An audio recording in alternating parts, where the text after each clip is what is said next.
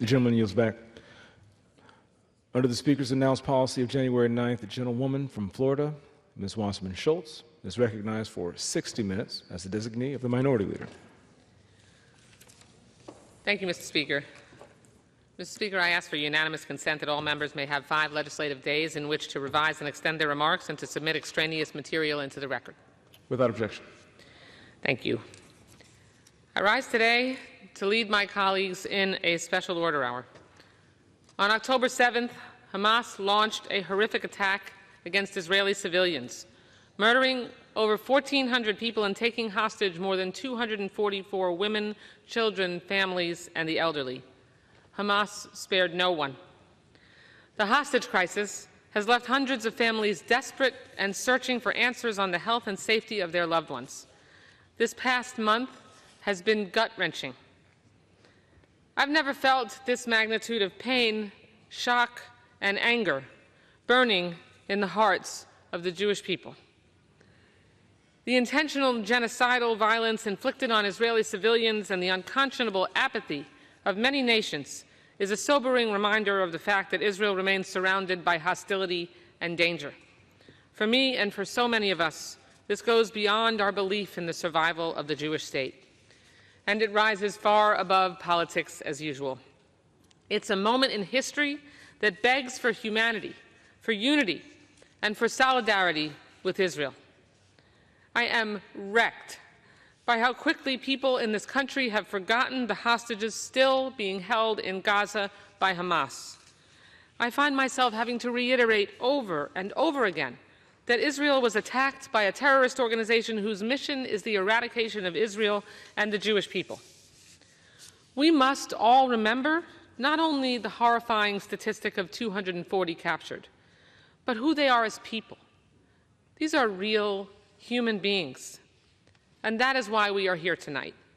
And we will continue to come to this floor to call attention to all of the human beings who are brutally being held captive by Hamas in Gaza until every last one of them is released.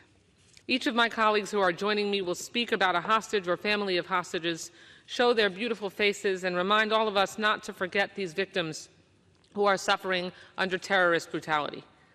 Thankfully, Israel has welcomed home many children and some women this week, and I'm extremely grateful for President Biden's efforts to help make that possible.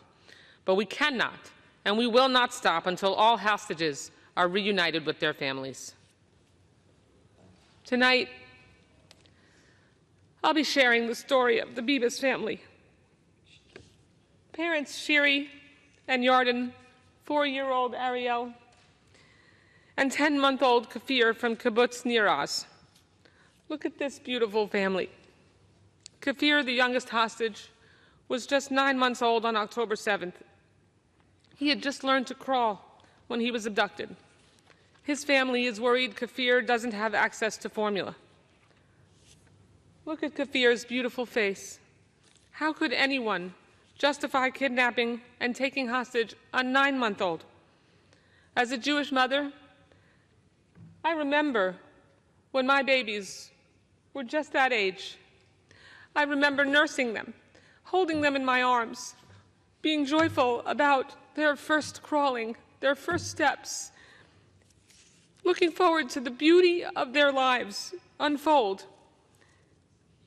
And looking at Kafir and Ariel's faces is heartbreaking, and it's deeply personal.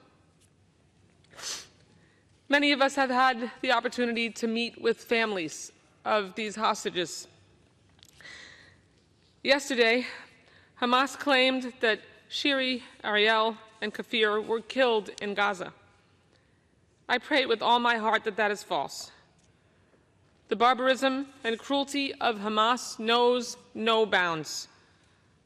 The Bibas family would never have been in harm's way in Gaza if Hamas did not launch its murderous attack on Israel and take children as leverage.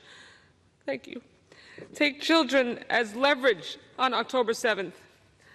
On that fateful day, Shiri, Yarden, and their boys were hiding in a safe room when militants fired semi-automatic weapons outside the family's window as Yarden texted relatives, "I love you all." A half an hour later, he texted, "They're coming in," just before communication ceased. Since then, the world has seen a distressing video of Shiri holding her 2 young boys wrapped in a blanket close to her chest, while surrounded by Hamas militants, with another video depicting Yarden with a head injury, forcibly being taken away on a motorcycle. On Monday, the IDF announced the Bibas family was transferred by Hamas to another Palestinian terror group in Gaza, as if they were a commodity to give leverage to another terrorist organization. While we know the facts of October 7th and we've seen the family's pictures and videos, it's important to remember the light and the love of this family. Shiri is described by loved ones as a woman who touches everyone's heart, gentle and full of tenderness, which you could clearly see when she was trying to shield her children in the terror on her face. She was reborn with her 2 little sons. They were the light that filled her life. Under her loving wing, they were growing up happily. Ariel loves anything with wheels and a motor. He dreams of superheroes and dresses up as Batman. Yarden is a sensitive and loving father and husband. His brother, Ofer, says that while his brother looks big and strong, inside he's the most sensitive and gentle person he knows. Shiri's cousin, Yafar, said in an interview about her family, "I can only hope they are together.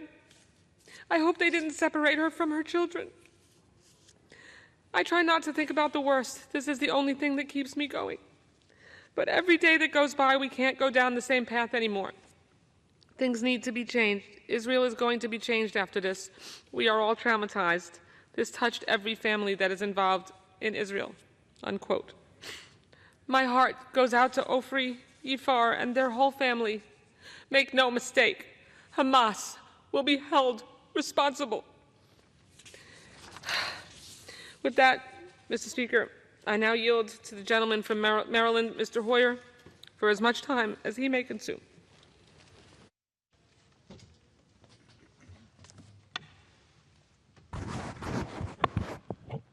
Mr. Speaker, this is a time of sadness, of wrenching pain, of anger, and of determination. It is my solemn duty, Mr. Speaker, to speak on this floor today about a courageous, talented, and generous young man, Itai Chen. His family is in the gallery. I had the opportunity to speak to them just a few minutes ago. As any family, knowing that their child is at great risk and not knowing his present welfare, they're grieving, but determined. Itai is an American-Israeli dual citizen bravely serving his nation in the IDF. That's probably incorrect. This is his nation. IDF is the land of his forebears and of his ancestors, and a land that offers sanctuary and safety to the Jewish people who have been savaged, hated, killed, maligned for millennia. On October 7th, Itai was taken hostage during Hamas's brutal, criminal, and savage attack on Israel and on innocent civilians in the land that is not contested by anybody. Itai is only 19 years old.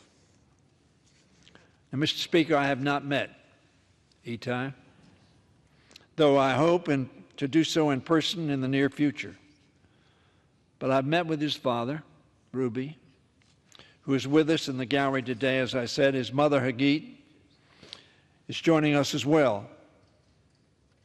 Mr. Speaker, everything I've heard about their son has only reinforced my resolve to help bring Itai home and the other hostages home as well. Itai was raised in New York City, the city in which I was born, Mr. Speaker. He was always a precocious kid and a kind-hearted young man. Like his dad, he's an avid lover of basketball. Unlike his dad, however, he's a diehard Lakers fan. So there's a little conflict in the family, but that has not affected the deep love and concern that his family has for him. And I want to assure them, Mr. Speaker, that that is shared by the 435 members of this body. Not a partisan issue, but a human issue. Itai may not have inherited his father's basketball loyalties, Mr. Speaker, but he did inherit his New York grit. Itai also developed a calling for service at a very young age, participating in Boy Scouts and serving his community. That commitment to serving others drove Itai to join the IDF. I know his experience in captivity, as awful as it is. And very frankly, Mr. Speaker, the Red Cross that has seen the horror of how these hostages are being kept ought to tell the world that truth. But we know that his experience will not break his generous spirit and his dedication to the sacred Jewish principle of Tikkun Olam, repairing the world, to doing good so that others may do better. He, his parents, Ruby, who I've referenced, Hagit, his mother, his brothers Roy and Alon, and the rest of his family and friends continue to show tremendous resilience and courage. And we can do no less in the Congress. We can do no less in the White House. We can do no less in America than make sure we bring this American home alive and healthy. I think, Mr. Speaker, how I would feel if one of my 3 daughters, or one of my 3 grandchildren, or one of my 4 great-grandchildren were in some tunnel or crevice illegally, criminally.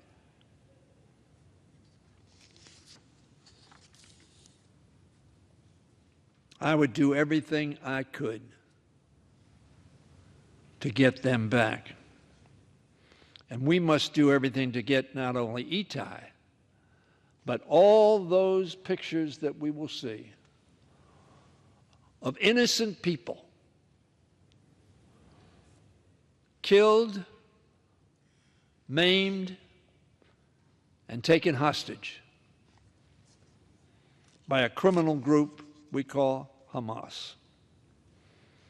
I want Itai and his loved ones to know that we're going to make sure this Congress does everything it can to bring him and the other hostages home as quickly as possible. Mr. Speaker, as a symbol of that promise, I'm wearing a dog tag that Ruby gave me just weeks ago. Until they return safely to our shores, we'll continue to stand strong with their families. Their grief is our grief. Their hope is our hope. And that hope grows as hostages are relieved or released. But it will not end until they are all home, safe, in the arms of their families and loved ones. I thank the gentlelady for taking this special order and for yielding me this time. And I yield back to the gentlelady from Florida. Thank you. I thank the gentleman for his poignant remarks. And now I'd like to yield such time as he may consume to the gentleman from New Jersey, Mr. Gottheimer. Thank you, Debbie, and thank you for doing this. I rise tonight, Mr. Speaker, because on October 7th, Hamas terrorists attacked Israel and abducted more than 230 people, including many Americans. Hamas brutally murdered, raped, burned alive, and decapitated more than 1,000 innocent babies, children, women, men, and elderly. The deadliest day for the Jewish people since the Holocaust. 40 American citizens were slaughtered by Hamas, and 9 have been living in horrifying fear at the hands of terrorists for more than 50 days. It blows my mind that this isn't talked about every single day in this country, that Americans were killed and Americans remain hostages. Hamas killed Americans, and terrorists still hold American hostages inside Gaza. That should be the beginning and end of the argument as to why we must crush and kill Hamas. Thankfully, because of President Biden's resolve and strong leadership, groups of hostages have been rescued, including 4-year-old Abigail, an American citizen. But as of today, there's still 160 hostages. One of 8 American hostages is Itai Alexander, a 19-year-old from Tenafly, New Jersey, northern New Jersey, in my district. You can see Itai shared with me by his family, his mom. I've spent time with his family. They're phenomenal people, just such wonderful, warm people. With his sister, who's at Tenafly High School, and after graduating from Tenafly High School in 2022, Itai began serving in the Israel Defense Forces. Itai is the type of person who would regularly call his mother to check in, and his sister considers him to be her best friend.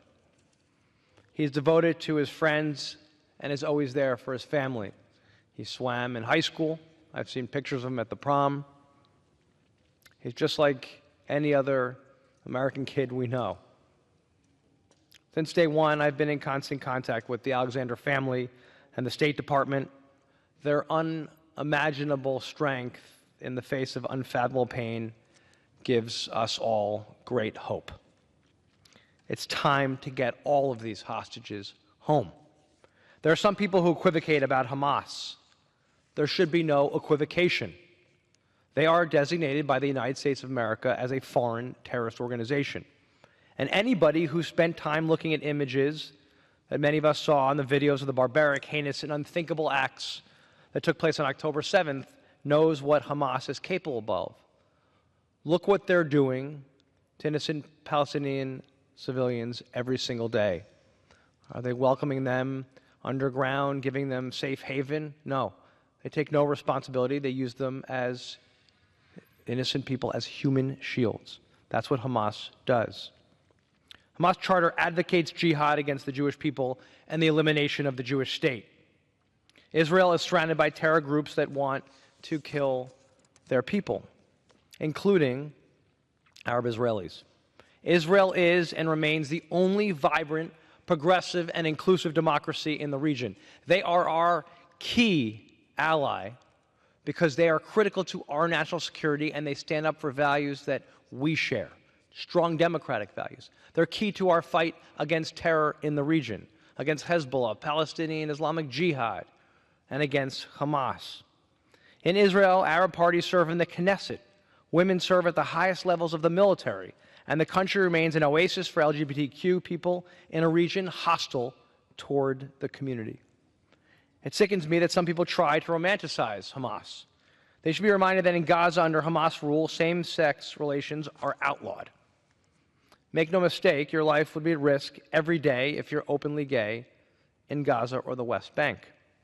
Additionally, Hamas's 1988 charter states that Muslim women are important because they, quote, manufacture men, unquote.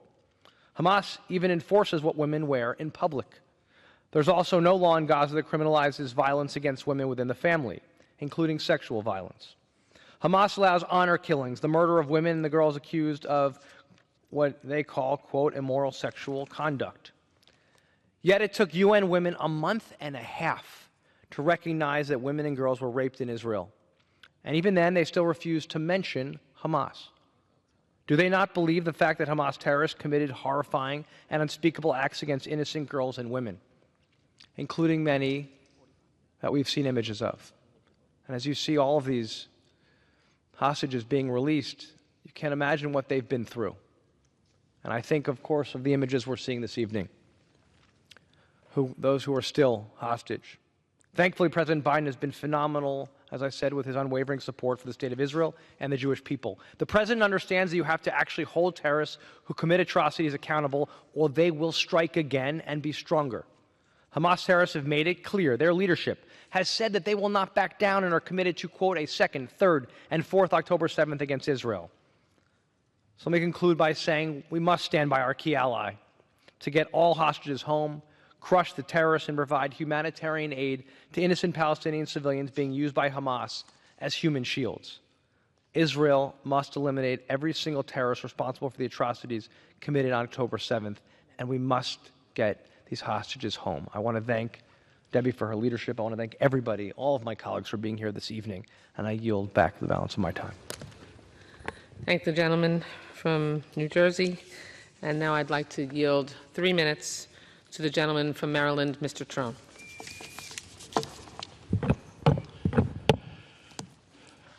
Thank you, Mr. Speaker. I rise today to call for the release of Abraham Munder, who was taken hostage by Hamas during the brutal attack on October 7th. Mr. Munder was a 78-year-old father and grandfather. Who does that? And has been in captivity for 54 days and counting. Abraham and his wife Ruti lived and raised their family in Kibbutz Niruz for nearly 60 years. They built a home, they built a life. It's all gone. Niruz, one of the hardest hit by Hamas on October 7th, almost a quarter of their population was murdered or kidnapped. The Munder family has endured unspeakable hardship and tragedy in these weeks. That day, Abraham and Rudi's daughter, Karen, was visiting with her parents with her son, Ohad. They all were taken hostage by Hamas. Ohad spent his 9th birthday as a hostage in Gaza. A few weeks ago, I had the solemn honor of meeting with the hostages' family members in my Capitol office, including Karen's cousin, Meruv, and their son, Itai. All they wanted was for the hostages to be brought home, for the world not to forget about their loved ones. Many of us here in Congress took these meetings, and we all pledged we'd do all we could to bring them home. For the last 54 days, Abraham has been held separately and was feared dead by his family. For the last 54 days, he hasn't known that his son was murdered in the attacks. For the last 54 days, he hasn't known that his wife and his daughter and grandson survived and were taken hostage. As a grandfather and a parent myself, I can't begin to imagine the nightmare. By the grace of God, Rudy, Karen, and Ohad were returned to Israel on November 24th as part of a negotiated ceasefire and hostage exchange. Today we call for Abraham to be brought home. Let him grieve and heal with his family. We continue to call for Hamas to release all the hostages. We must bring them all home. I yield back. Thank the gentleman for his participation, and now I'd like to yield 3 minutes to the gentleman from New York, Mr. Nadler.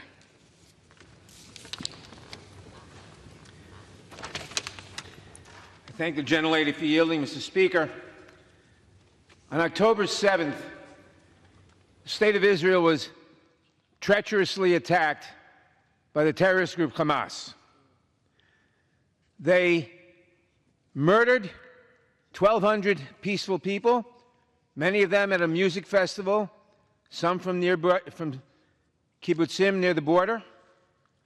They kidnapped 250 people, illegally of course, and took them into Gaza. We know that some of them have been released in a deal that was made. One of them was an American Israeli named Abigail, and she turned out 4 years old. She was kept with 3 other hostages together and was given 1 piece of pita, Middle East bread, for the 4 of them per day. And when they came home, they had to be deloused Their hair and their clothes were full of lice. And they said that if they had to go to the bathroom, they had to wait 2 hours. Mr. Speaker, Hamas has said over and over again, they have said, we will attack over and over again and again, until Israel is no more.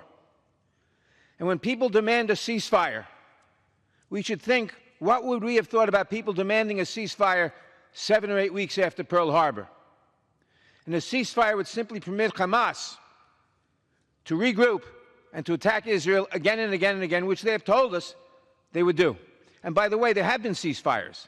There have been 4 ceasefires, every one of which Hamas broke, including breaking a ceasefire on October 7th. One of the hostages who was taken was a fellow named Danny Elgarat, brother of Yitzhak Elgarat. And I want to read what Danny said about that. He said, my name is Danny Elgarat. Around 10:30 a.m., my brother calls me, my brother Yitzhak Elgarat. He lives in kibbutz Nir Oz. He tells me that his hand is crushed, flushed with blood. He was hysterical and stressed, and I didn't quite understand what was going on with him. And I tried to guide him how to apply a tourniquet to stop the blood. Suddenly, while I am still trying to guide him, I hear screams in the background and shouts. Then Itzik, my brother Itzik, shouts, Danny, it's the end, and our call is cut off. Afterwards, we checked the amount of Itzik's phone, the location of the phone. We found out that his phone is located in Gaza, the center of the city of Gaza. When he would come back to us, we would sit in the porch with a good glass of whiskey, and we would say it was just a bad dream, unquote. Mr. Speaker, I pray for Yitzchak and all the remaining hostages who were so barbarically taken from their families. Bring them home and defeat Hamas so it can't do this again and again and again. Thank you, and I yield back.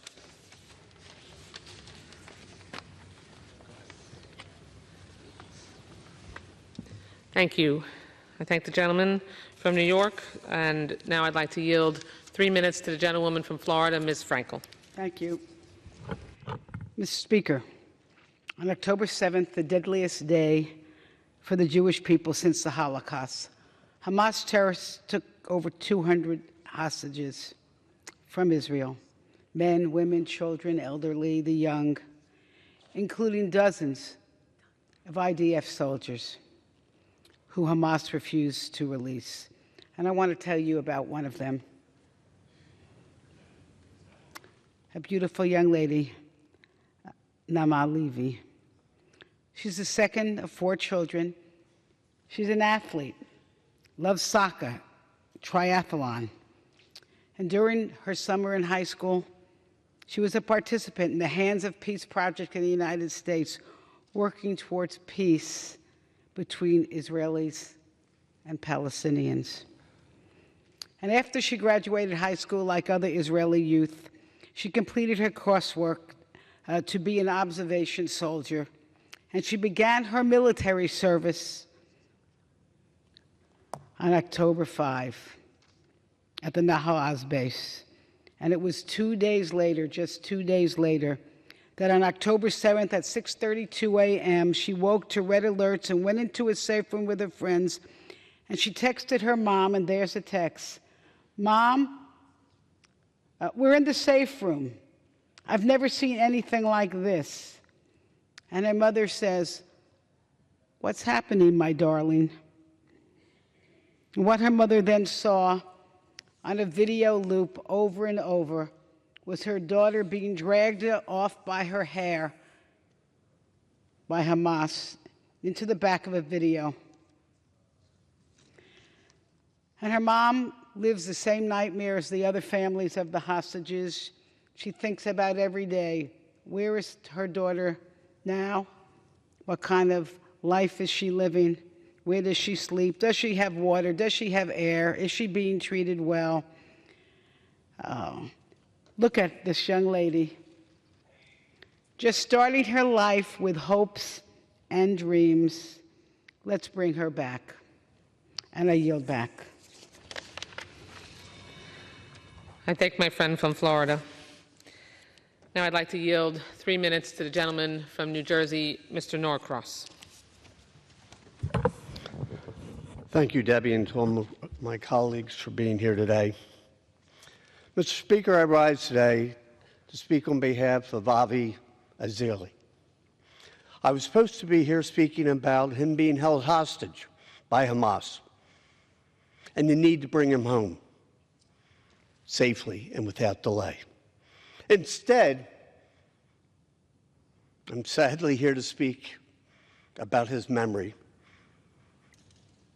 of Avi, a dedicated family man who just hours ago it was confirmed that he was killed by Hamas. According to his father in New Jersey, and Avi bravely fought back against terrorists, but they had not heard anything since that day in October. The news of his death comes hours after his wife, Leah, an American, who was released from captivity after 54 days. While we are grateful for her release, we mourn the loss of Avi as he leaves behind Leah and her 3 children. We're keeping friends, family, and certainly his community in our prayers. But unfortunately, Ozzy's story is just one of thousands, many that you'll hear tonight. Citizens, American citizens, many who've been killed, taken hostage by Hamas. When I traveled with Debbie and a bipartisan group just 2 days after the attack, when we were in Israel, we heard the stories from the families. We listened to 2 children talk about how their mother and father hid in that shelter until they broke through and took her father away while she hid. And we're still waiting to hear what happened there. It's impossible to try to fathom exactly the pain that they are going through, to watch and to hear what happened as they're hiding. Many Israelis continue to live that dark day, and they're waiting to hear about those who have been taken away. It's time to bring them all home. The images, the videos of the reuniting children and families brings that joy to our heart in such time of pain. And it is a reminder that we must bring all the remaining hostages home without delay. And I'm proud to join with my colleagues here today to highlight our commitment to bring every single one of them home. We cannot and we will not be silent until all those held by that terrorist organization are reunited with their families. As a father, grandfather, it breaks my heart to listen to the pain of those families and what they're going through. And I cannot fathom what the Azili family across Israel have lived through since this brutal attack.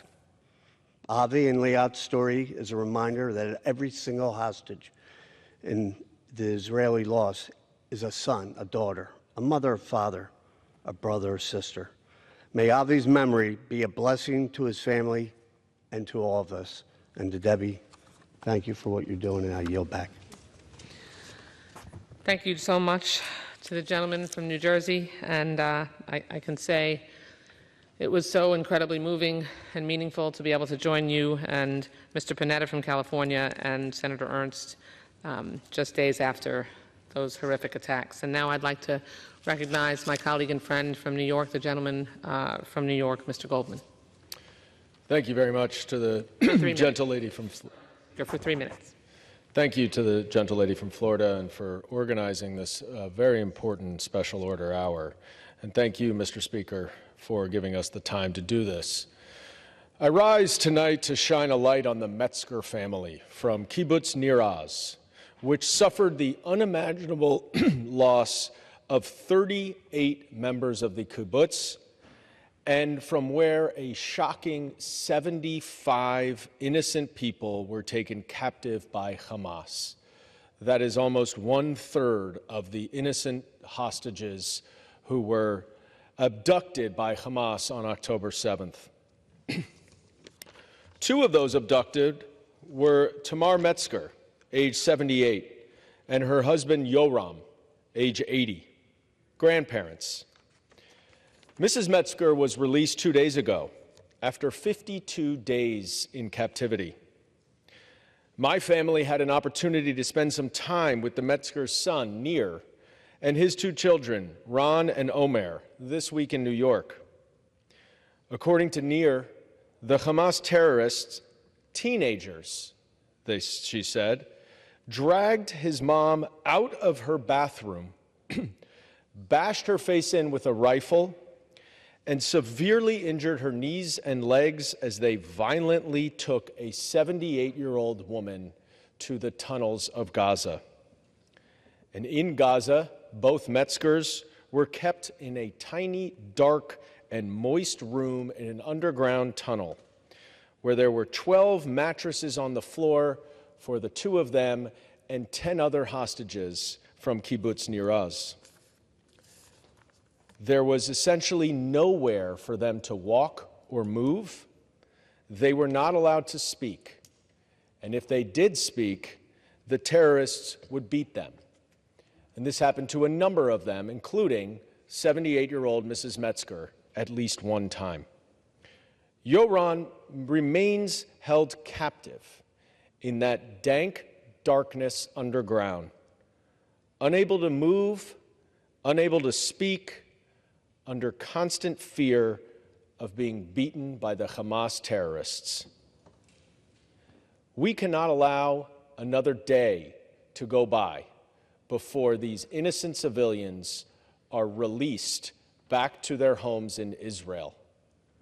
We cannot stop pushing and pressing Hamas to release them and putting pressure on allies and other countries in the Middle East, in Qatar, in Egypt, to put pressure on Hamas to release the illegally abducted civilians who are kept captive in the tunnels of Gaza without any light, without food, and without any ability to move around.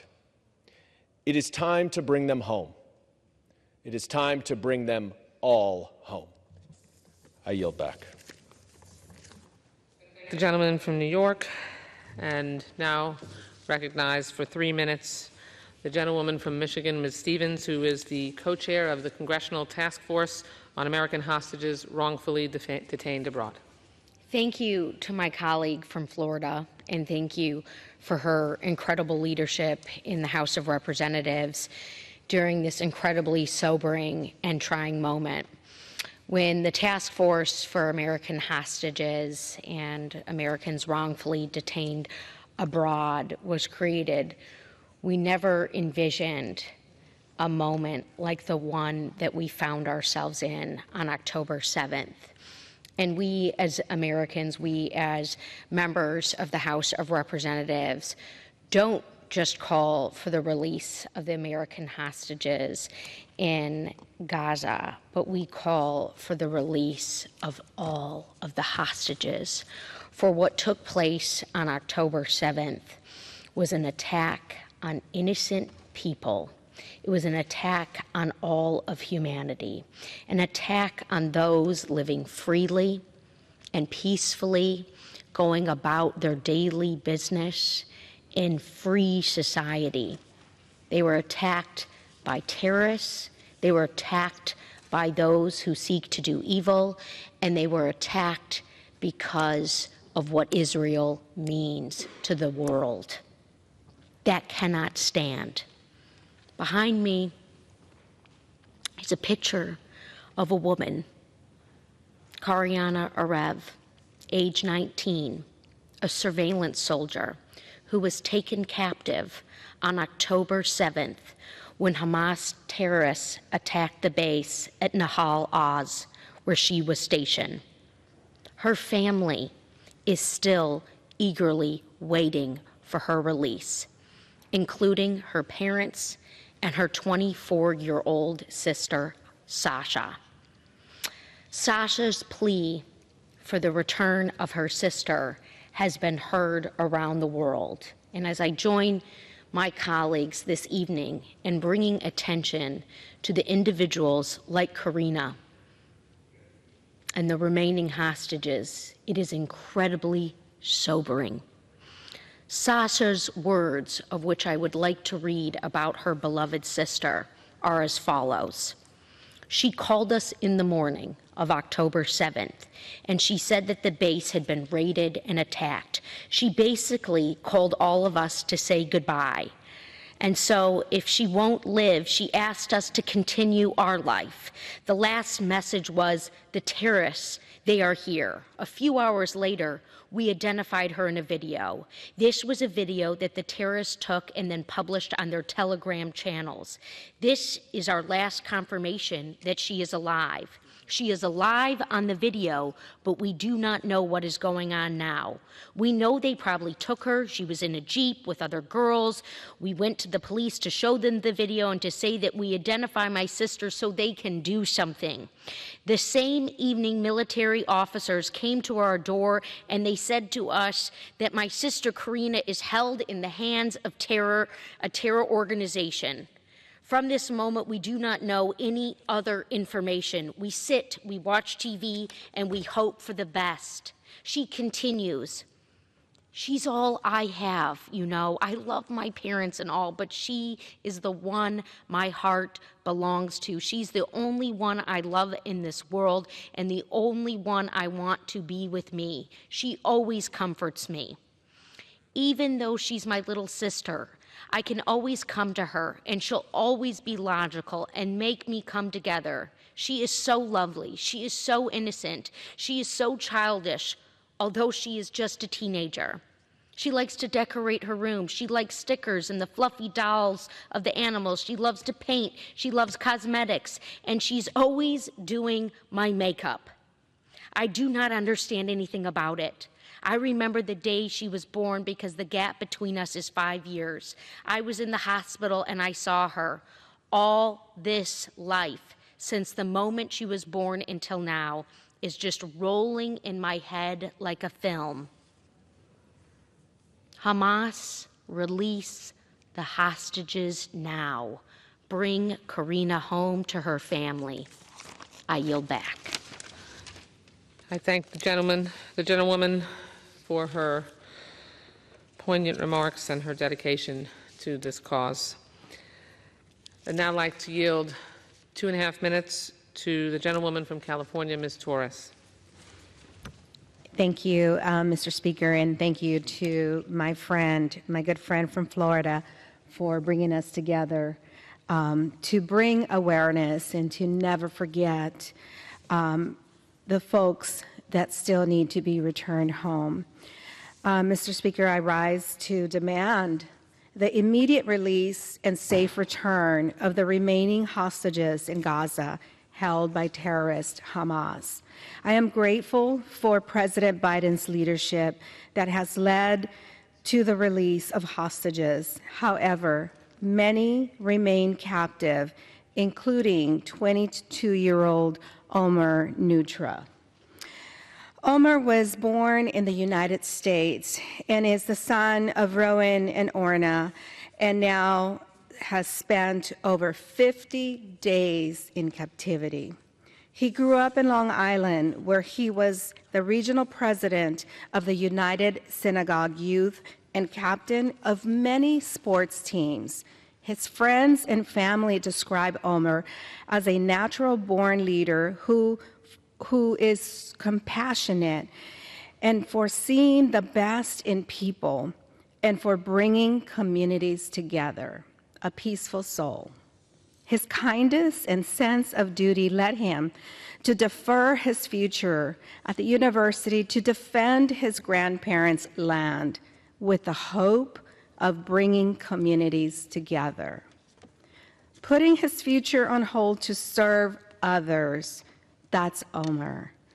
His drive to lead and to serve now puts him last in line to be released from captivity. Last in line.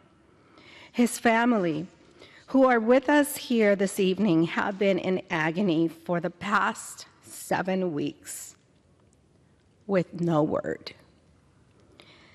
Is Omar alive? We will continue to pray for him. As a mother of an Air Force veteran, I can only imagine their agony. This is something that no parent, no mother, no father, no grandparent could ever imagine that could happen to their loved one. I join my colleagues in calling for the immediate release of hostages held by terrorist Hamas. And I urge the administration to continue to do everything in their power to help free hostages like Omar and ensure their safe return home. Thank you, Mr. Speaker, and I yield back. You're welcome. I thank the gentlewoman from California. And now I'd like to recognize for 2 minutes the co-chair of the Bipartisan Task Force for Combating Anti-Semitism, the gentlewoman from North Carolina, Ms. Manning.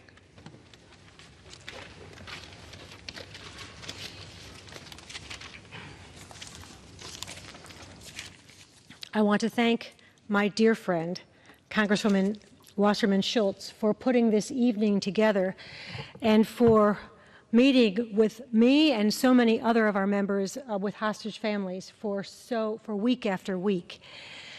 On October 7th, we woke in horror to Hamas's brutal and despicable terrorist attacks, invading Israel, firing rockets at innocent civilians, going house to house, murdering babies, executing parents in front of their children, and massacring 250 young people at a music festival. And as if killing 1,200 people was not enough, Hamas took an estimated 240 innocent civilians hostage in Gaza, including elderly women, babies, young children, Holocaust survivors. Like many of my colleagues, I've spent the past 7 weeks meeting with the families of hostages. Hostages including Keith Siegel from Chapel Hill, North Carolina, and his wife, Aviva, who were kidnapped from Kibbutz Kfar Aza. I met with Keith's sister, Lucy, and his niece, Emily, who spoke so lovingly of their family members. Keith and Aviva are the parents of 4 children and the proud grandparents of 5 grandchildren. Keith grew up in my home state of North Carolina. He moved to Israel as a young man, where he met Aviva, who was born in South Africa and had moved to Israel at the age of 8. Keith and Aviva have lived happily in Kibbutz Kfar Aza for 40 years. On the morning of October 7th, Keith and Aviva were having a quiet day at home when they were brutally attacked and abducted by Hamas terrorists, who drove them into Gaza in their own car. After 51 days of grueling captivity, Aviva was finally released earlier this week as part of the temporary ceasefire. Keith is still being held hostage, and I can't even imagine what Aviva has gone through or the agony the entire family is going through, waiting for their beloved Keith to be freed from captivity. I've met with other hostage families and learned about their loved ones, and I realized that just like the stories of Holocaust survivors, each story about a hostage is unique. Each story is heartbreaking because each of these hostages has loving family members whose lives have been torn apart, who are living the agony of not knowing what has become of their loved ones. Are they okay? Are they healthy? Are they injured? Are they alive? Will they ever see them again? I have heard stories that have brought me to tears, that haunt my dreams, and that should make all of us redouble our efforts to bring those hostages home. I've met with several of these families so often, I feel like they're my own extended family members. Over the past few days, we've seen some of the hostages released and brought home to their families. And I thank President Biden and this administration, along with Israelis and our regional partners, who have worked to ensure that the agreed-upon hostage exchanges took place, but there is still much more work to do. There are still more than 130 people being held hostage, and we've only begun to learn about the terrible circumstances of their captivity. And this has told us we have absolutely no time to waste. Earlier this week, I was proud to help lead the debate on the House floor on a bipartisan resolution that we passed unanimously demanding the release of the hostages.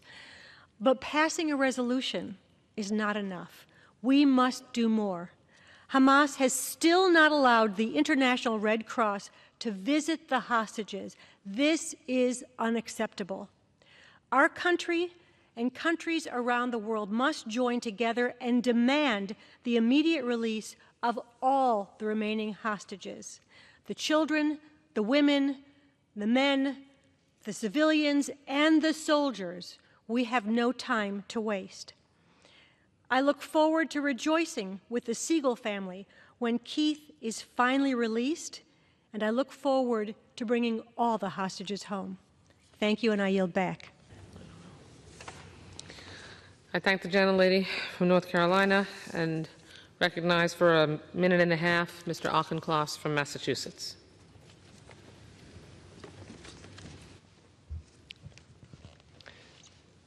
Thank you to my colleague from Florida for her leadership on this issue. I rise today to tell the story of Ofer Kalderon. On October 7th, the deadliest day for the Jewish people since the Holocaust, Ofer, along with his children Sahar, 16, and Erez, 12, was taken hostage by Hamas from the Nir Oz kibbutz close to the Gaza Strip. During that brutal attack, 29 of kibbutz Nir Oz's 400 residents were murdered and 80 were taken captive. These are not just numbers. Those residents who were murdered were individuals with hopes now extinguished, with lives now cut short. And those taken hostage are living in unimaginable terror, and their families are waiting, hoping for good news and fearing the worst. Ofer is a father of four, a carpenter. He loves to build and to rebuild engines, to travel, to take family camping trips, to race and ride dirt bikes, to help cook Shabbat dinner for his family. When asked about Ofer, his family describes his easygoing energy and a huge smile.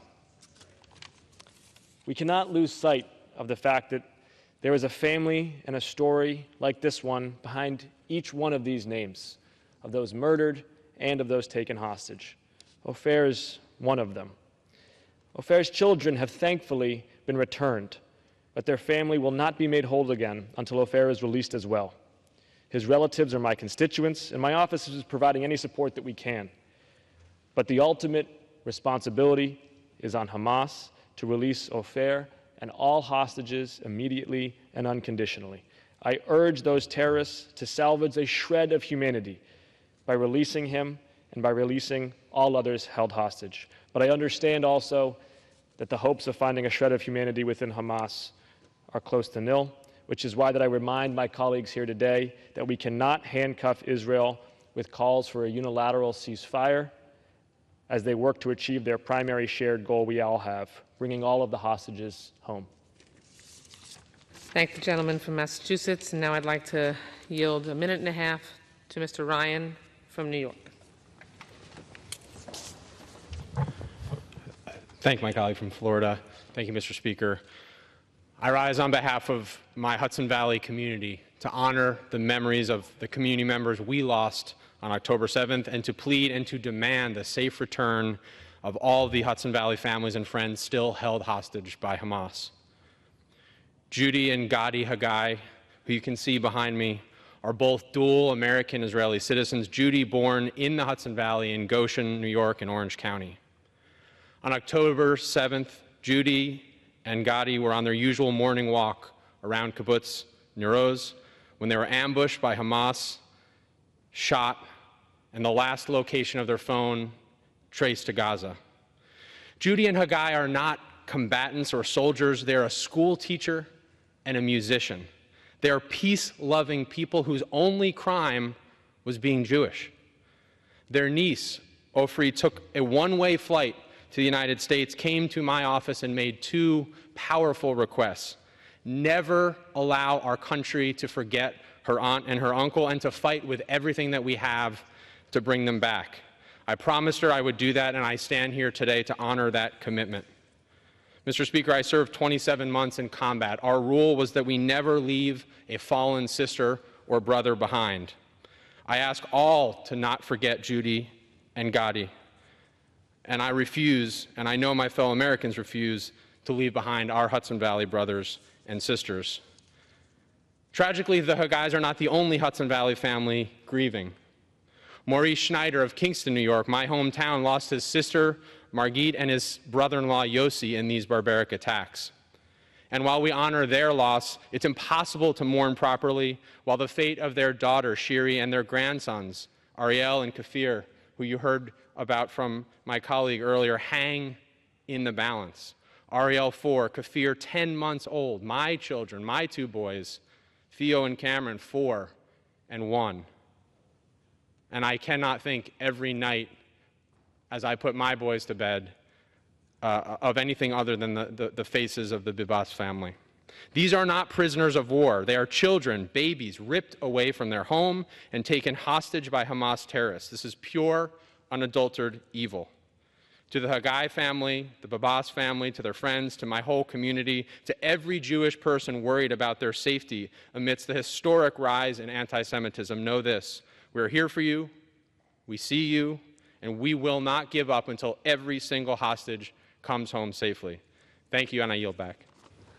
I thank the gentleman, and now I'd like to recognize for 2 minutes the gentleman from California, Mr. Pernetta, who I also had the privilege of traveling to Israel in the days after the attacks.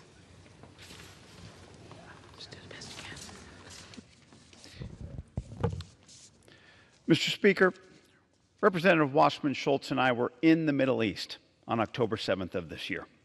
We were part of a congressional delegation trip led by Senator Joni Ernst, and we went there to talk about peace, but unfortunately, due to the bloodthirsty attack by Hamas, we left the region talking about war. But despite the change in the tone of our trip, we became the first congressional delegation to visit Israel in the immediate aftermath of the October 7th attack. While we were in country, though, we met with family members of victims of that attack, including David and Naama Perry, a brother and sister whose 79-year-old father, Haim Perry, was kidnapped by Hamas from his home in the kibbutz Naraz, a peaceful agricultural town whose name means meadow of strength in Hebrew.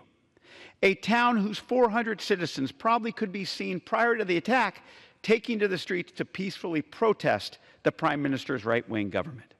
Yet on the morning of October 7th, that town was anything but peaceful, as the Hamas attack left it smashed up and smoldering, with one of four of its residents either murdered or kidnapped. That day, Hamas lived up to its definition as a genocidal terrorist organization, as it attacked Israel to kill Jews, to kill the Jewish society, and to kill peace.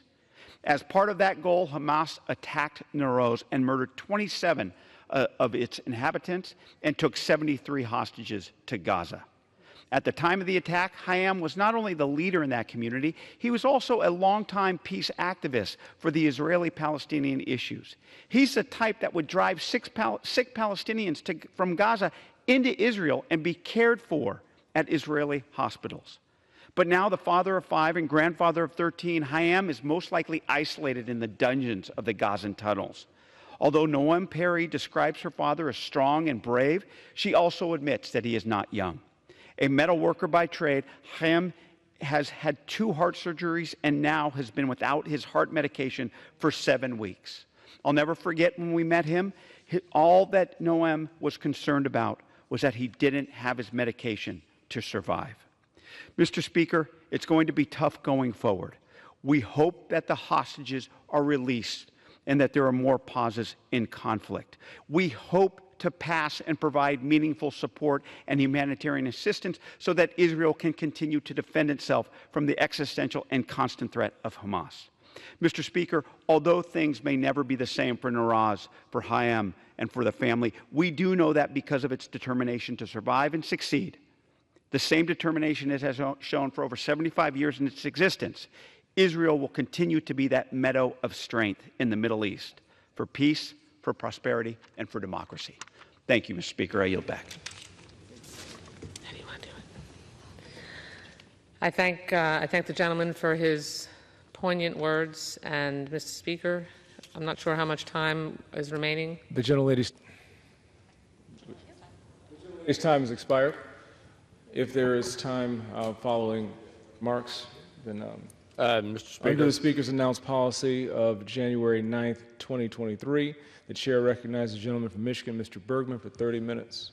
Yeah, Mr. Speaker, I would like to yield a few minutes to my colleague, Ms. Wasserman-Schultz, to complete her testimony. The gentleman yields. The gentlelady from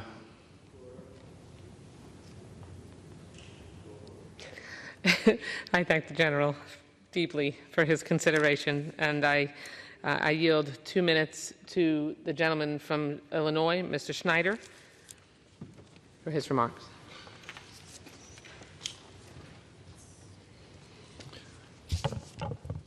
Thank you. I want to thank my colleague, Deborah Wasserman-Schultz, for organizing this hour. I want to thank the Speaker for his indulgence and attention as we've gone through a long list of difficult conversations talking about the hostages. I want to thank my friend from Michigan, General Bergman, for the time. We should not have to be here tonight. We should not be forced to talk about some of the 250 people brutally kidnapped and taken hostage on October 7th. It should not be necessary to call for immediate unconditional release of these hostages. We should not have to. We should not be here because Hamas should not be holding hostages. I'm grateful that more than 100 hostages have been released and returned to Israel. But 143 hostages remain in captivity, held by Hamas, by Palestinian Islamic Jihad, and by others in Gaza. The families don't know the status of their loved ones. They don't know where their loved ones are. They don't know when they will be coming home.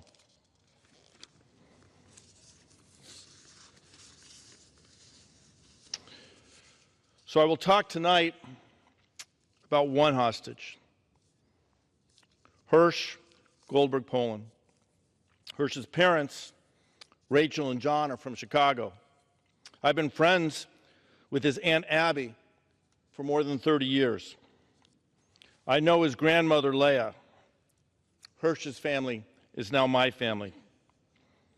Hersh was born in Northern California. His family moved to Virginia when Hersh was 4 and to Israel when he was 7. That was in 2008. Hersh grew up in Jerusalem, reached adulthood, was known widely as a kind, gentle mensch. On Friday, October 6th of this year, Hersh was with his family in Jerusalem. It was the evening of the Sabbath, Shabbat, and the holiday of Simchat Torah. The family went to synagogue and then went to dinner at a friend's house with 2 other families. After dinner, Hersh grabbed his backpack and left to meet his friend Omar. They later learned that Hersh and his friend were going to a concert in the South, a music festival. That was on Saturday, October 7th. I'd like to now read at length some of the words of Hersh's father, Jonathan Polin, published in Time magazine. He says, describing his circumstance on Sunday, having learned that Hersh was taken hostage on Saturday. At some time, he says, I think it was Sunday morning, a picture started to circulate online that was from an outdoor festival. It was a picture from an outdoor bomb shelter. They're not uncommon in the south of Israel. Our son was in the picture, as was Honor. Through social media, we started to search for other families of people who were in the shelter and to try to piece together a story. What we have subsequently pieced together based on conversations with the 3 witnesses who were in the shelter with him is the following. Sometime around 7:30 a.m. Saturday morning, Those in the bomb shelter came under heavy gunfire.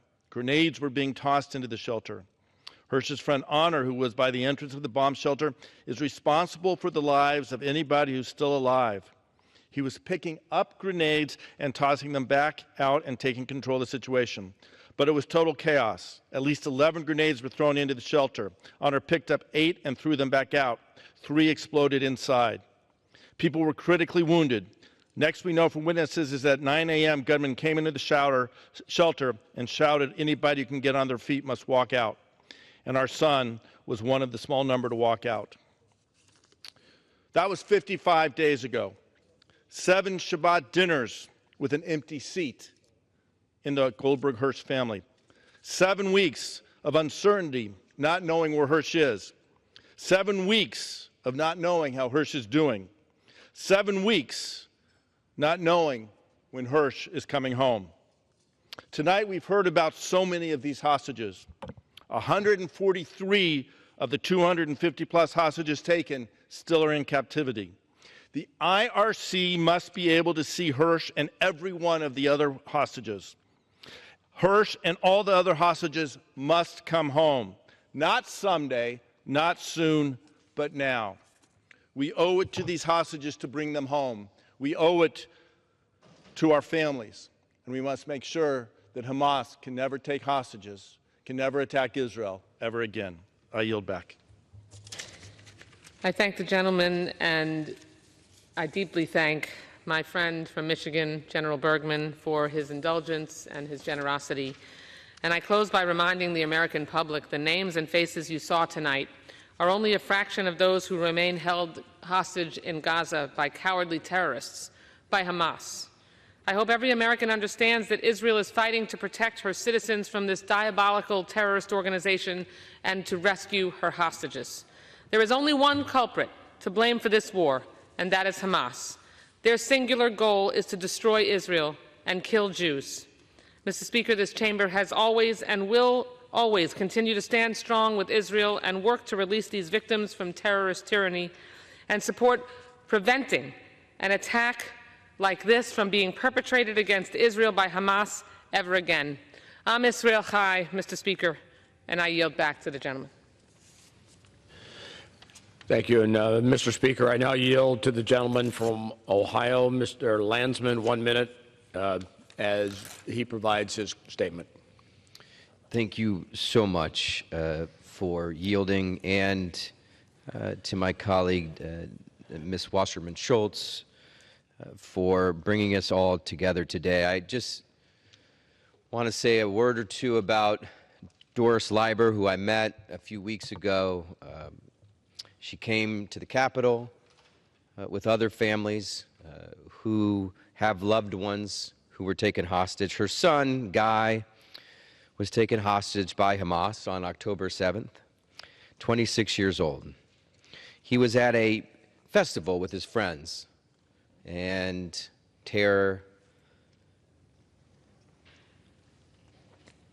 took over.